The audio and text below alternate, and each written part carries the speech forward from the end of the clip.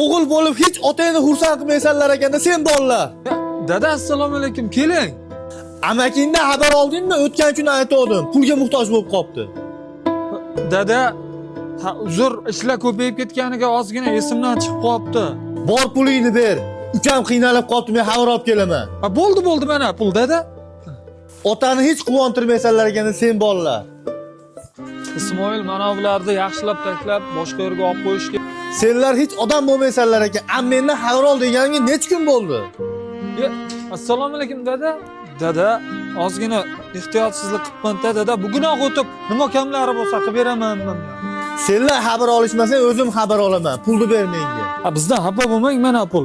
Andijonda eng zo'r telefonchiman deb maqtanasan-ku, eng zo'r o'g'il bo'lchi, men ham bir xursand bo'lib, ko'kragimni kerib yuray. Aka, dadamlarga ham hayronman. Necha marta pul so'rab keladilar. Ularni aka-ukalarga do'rjimizmi biz? O'zlari bizni pulni olib borib beryapti. Yana kelib bizni so'kadilar. Dadamlar ham o'ylashlari kerakmi? Men pul topmayapman. O'g'illarimni pulni ishlatyapman. O'zimda boqayotganiga yarash aka-ukamni tiqmay shularga deb o'ylashlari kerakmi?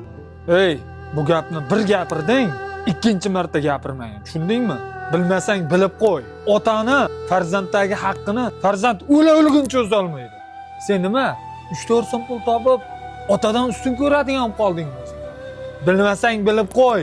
Bizni topganimiz ham, bizni o'zimiz ham otamizga tegishlimiz. Bizni topgan pul otamizniki. Men senga achimayman. Jigarimsan-ku. Dadam ham o'zini jigarlariga olib borib beryapti. Uni o'rniga sen o'ylashing kerak. Dadam shuncha yil jigarlariga shu yoshda bo'lsa ham oqibatli.